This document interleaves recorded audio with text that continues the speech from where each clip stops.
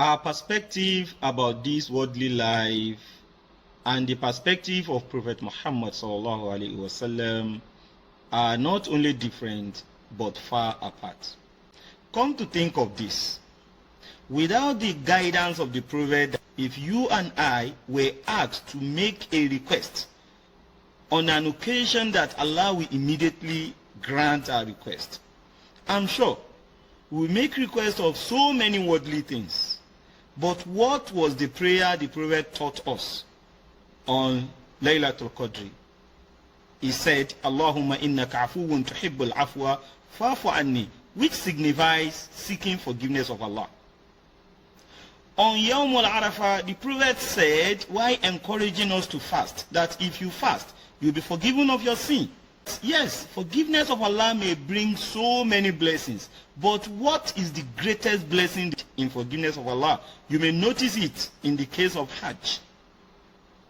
The Prophet taught us that anyone that performs Hajj the way it should be, when he comes back, he will come kayawmin waladati ummuhu, like the day his mother gave birth to him without any sin.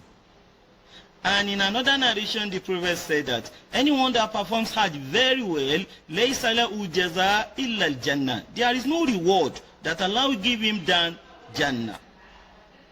This means that Jannah is the greatest blessing that the Prophet expects on anyone that Allah has forgiven. But we have so many requests that we put forward to Allah before we remember the forgiveness or Jannah. But we are lucky that the Prophet did not forbid us from seeking worldly blessings. But we need to emulate the Prophet so that after this worldly life, we will not live with empty hand.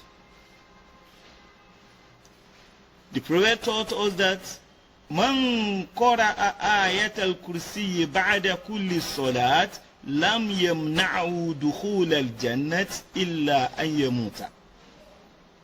Anyone that recites Ayatul Kursi after every obligatory salah, nothing will stop the person from entering Jannah except death when he has not died.